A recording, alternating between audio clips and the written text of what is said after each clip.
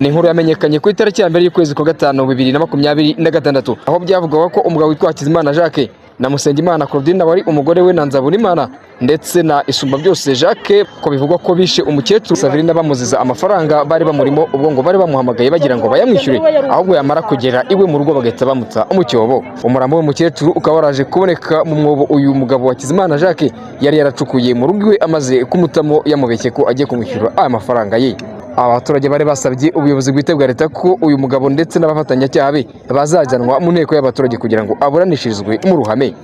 Kiriya gihano umushinjacyaha abasabiye nawe ndabona ari burundu kuko buriya mukecuru bamushe nabi bamushyira nta n'uwo bitanababaza kandi cyadutunguye ni urupfu rw'uriya mukecuru.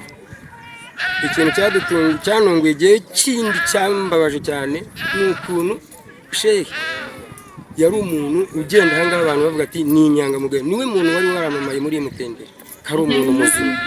Icyo kintu rero kugira ngo ajye kwica nyina rwa rupfu byaradutunguye cyane. Ubu kano kanya mutegereje iki hano? Dutegereje shehe kumureba byonyine tukumva ikintu abivugaho. Yego. Ni iki se mwebwe mwifuza?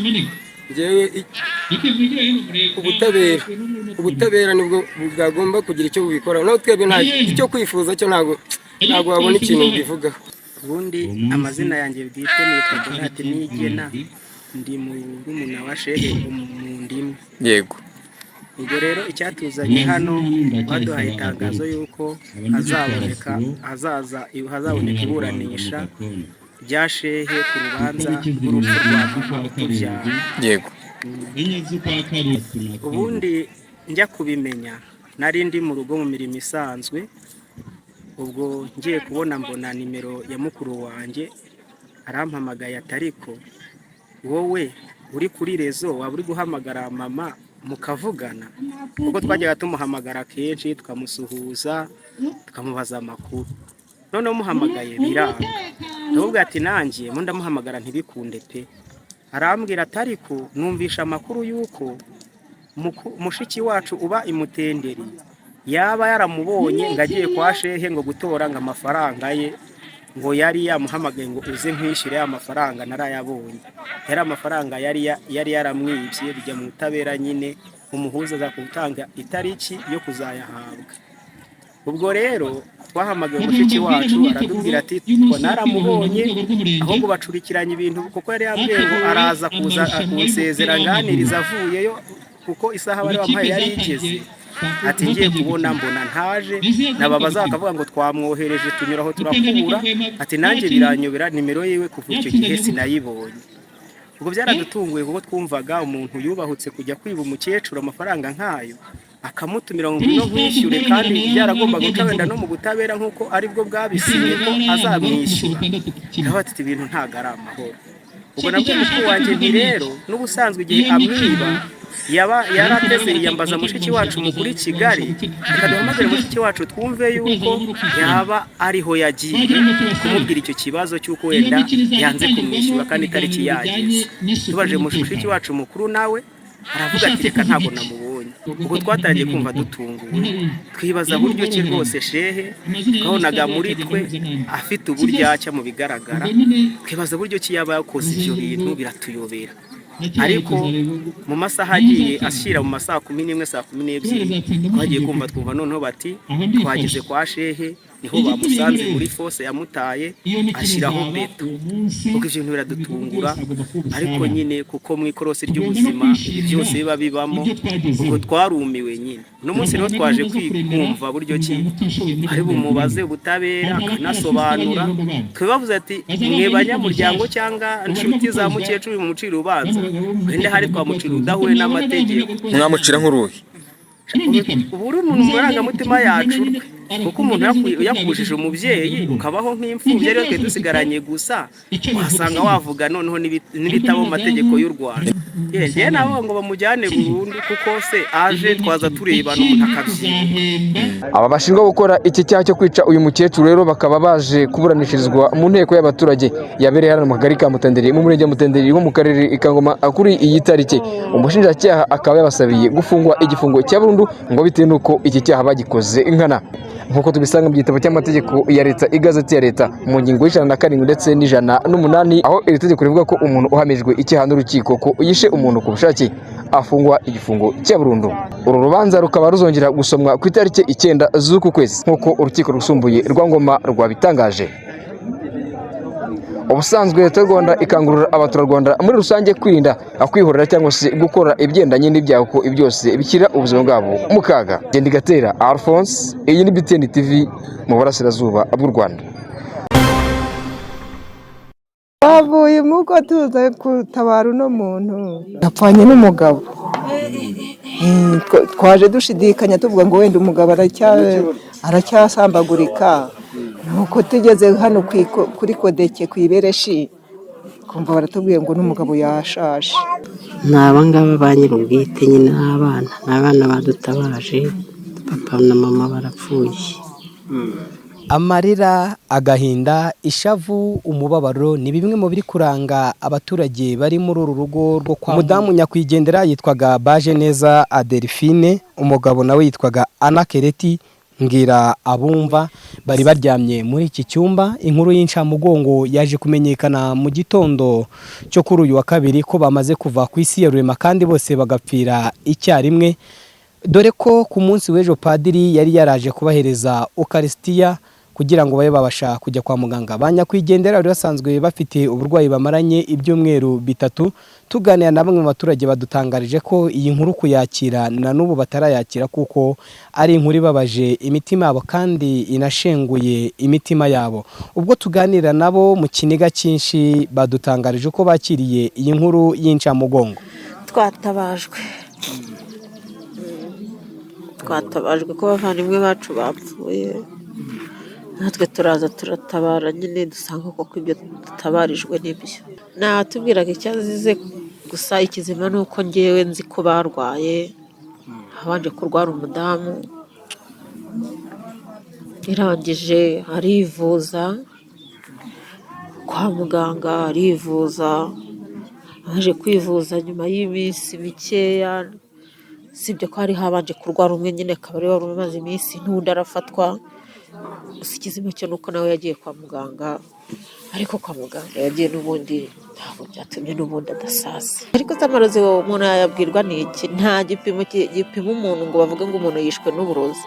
Ubu koko uhajya kuvuga ngo umuntu bamuroze atari we utamugaburiye, atari we ubyiyize kandi nawe ntiyanabimenye, wese yababaye we byaba byo we yabibwirwa n'iki? Ntabwo tubizi, nta kintu tubizi ibyo by'amarozi.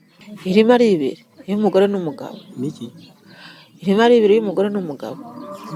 Nk'uko twayimenye mu gitondo saa 10:30, ubwo batubwiye ko abantu batabarutse, tuhita tuza kuko usanga byabaye, tubura icyo dukora.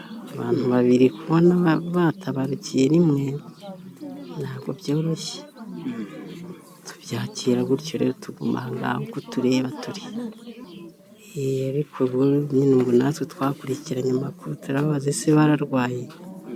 Ati bararwaye barivuza, bajya kwa muganga inshuro zirenze 2, babaha imiti baraza ayirira hafi.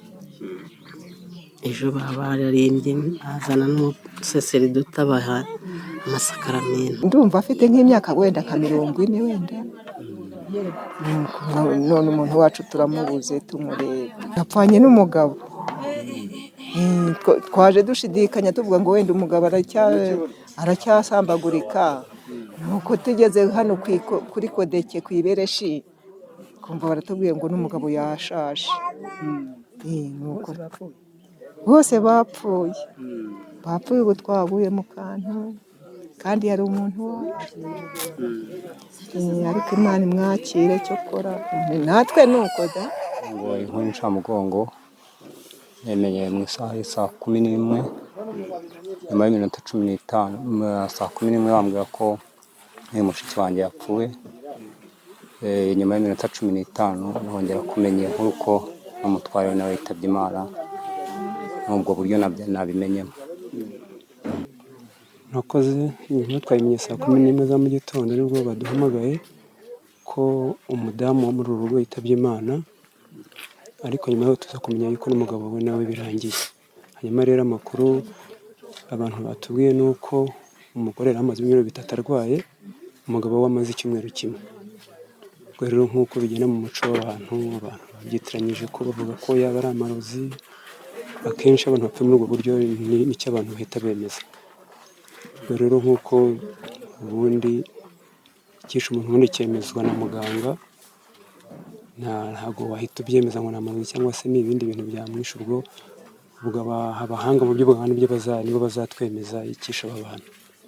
Turajya mutubwira ni uko nguko nyine twabyumvise mugenzi. babaga ko bigenza nyine batubwiye ko batabarutse, umwe yatabarutse mu isaha, undi nawe akaba aratashye.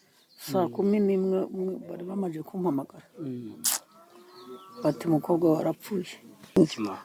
Ku mugoroba n'umwana se nyuma ku mugoroba bampamagaye nari ngiye kuryama, bati umukwe wewe bamujyanye kwa muganga. Nteze agiyeho nande, bati padiri arahavuye kuza kuha isakramento. Nuko noneho rero nteze urufina ko nasize yumvumva se kereri arasigarana nande, umuntu aramera ati ko nanjye ntabasha guhaguruka, nkagira ngo n'umugabo ugiye kwa muganga nyine. Nuko njya mu buriri ndaryama, mu gitondo rero nanjye mbyuka mvuga nti ndazinduka kare nanjye ndarwaye njye kwa muganga, uwo mugabo ndamusangayo. Nuko ngeze igihe nkibyuka nyambara barampamagaye bati fina birarangiye. Ubwo nangije kwambara, tugeze hariya mu kabuga bati n'umugabo arapfuye. Turumirwa nuko twabyumvishije. Umukwe wawe n'umukobwa wawe bose bapfuye. Urako bashyize muri shitingi bose ngo bapfuye. Nge narinze ko ari kwa muganga, rero ngewe umugabo kugira ngo barabajyana nyine nuko kubapima. Baragira bati barabajyana i Kigali bazaza ute? Nyine ikibazo uko bazaza disi. Ubwo ko karakisenge neza disi. Gusa basize abana 4. Abaturage bavuga ko uwo kugira neza, uwo kugira icyo afasha uyu muryango yagira icyo abafasha, kuko aba bana basigaye haracyari bato, uretse umwe washatse, abandi bose baracyari bato. Byumvikana neza ko ubuzima bubagoye, ndetse no gushyingura abantu 2 bitoroshye, mu gihe aba baturage bari batuye aha mu giturage. Ubona ko amikoro yo gushyingura abantu 2 bitaba byoroshye kuhita aboneka. uko bigenda gutyo. Gusa nibura muzatuvuganira babagarure nyabusa bitagoranye. No kubaza ubuyobozi turaza kubaza twari. Ariko mutubarize, ndabizi ubu ni muri bubivuge baraba babyumva, muze kutubariza mu binginge nyabusa. Abantu 2 mu rugo basize niba nakari agakobwa nako kari buruko ke kazasigara gatese disi. Kariya nyine ka kerere kasigara hese. Kerere nyine urumva ubwo bibaye ngombwa abantu 2 byasaba ko karima bafite bakagurisha kazasigara hese. Banyihehe kureba byadutunguye, kandi ko barwaye igihe byadutunguye pe. Yadufasha nyine se twamubwira iki yabakoze. Basize abana bangahe? 4. Ntayo ni ukubitaho. Rwose utu twana ni nacyo kintu turimo kuvuga, turimo gusabira tuno twana. Wagira icyo Yabafasha pe. Yabafasha rwose Mana. Utu twana nitwo twambabaje, abagiye bagiye, ariko aba bana nibo bababaje. Akuguze kugira ngo usigare uri umwana utaze epfo na ruguru witeteraga ku mubyeyi wawe.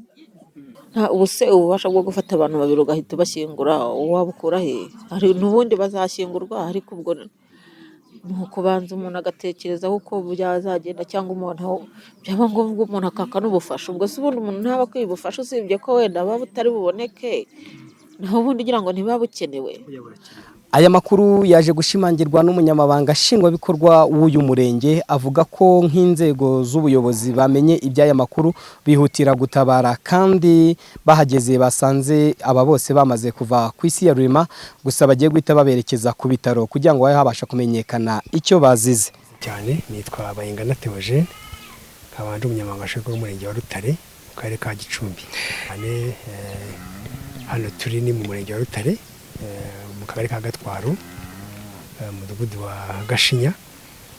Uko muhageze hari umuryango umugabo witwa Mbwirabumva Anakare imyaka 42 wari ufite imyaka 42 n'umudamu witwa Bajeneza ufite imyaka 44 bitabye Imana muri iri joro ryakeye. Urupfu rwaje rutunguranye bakaba bapfiriye mu ijoro rimwe. Amakuru y'ibanze atubwira ko baramaze ibyumweru bijya muri 3 barwaye bivuza ku kigo nderabuzima cya Rutare, ariko kugeza ubu bakaba bapfuye ijoro rimwe, akaba aricyo cyatunguranye ari mu baturanyi no mu muryango muri rusange. Bamwe n'inzego z'umutekano polisi n'ingo tukaba twahageze, akaba bafashe umwanzuro ko imirambi igiye gupimwa kugira ngo bamenye icyaba cyihishe inyuma y'urupfu rw'abagize uyu muryango, umugabo n'umugore. Abana bagera muri 4, ariko n'umuryango bigaragara ko abana bamwe yarafite 24 yarashatse, abana bakiri mu rugo, umwe afite 17, 22, undi 17, undi umwana muto ufite mu gihe cy'imyaka 6. Abana bakora umuryango wahungabanye n'abayobozi twaje kuba hafi, by'umwihariko twatugiye gushaka icyo tufashe umuryango kugira ngo ukomeze gukomera. Umudamu nyakwigendera yitwaga Bajeneza Adelphine, umugabo nawe yitwaga Anakereti Mbwirabumva, basize abana 4. Aba bana bose basigaye uretse umwe washatse, abandi bose ubuzima bugiye kubasharirira, aribyo bavuga ko umugira neza uwagira icyo afasha uyu muryango mu rwego rwo gushyingura banyakwigendera, mu rwego rwo kwita kuri aba bana basigaye, yagira icyo abafasha kugira ngo ubuzima burusheho gukomeza kugenda neza. Ubu tukiri aha, umurambo wa nyakwigendera iracyari muri iki cyumba, dore ko ari nta nicyo baryamagamo, ariko inzego z'umutekano n'urwego rw'ubugenzacyaha RIB ndetse na DASO baracyari gukurikirana iby'iki kibazo kugira babe babasha kubageza mu bitaro. Pierre Imanishimwe, BTN TV mu karere ka Gicumbi.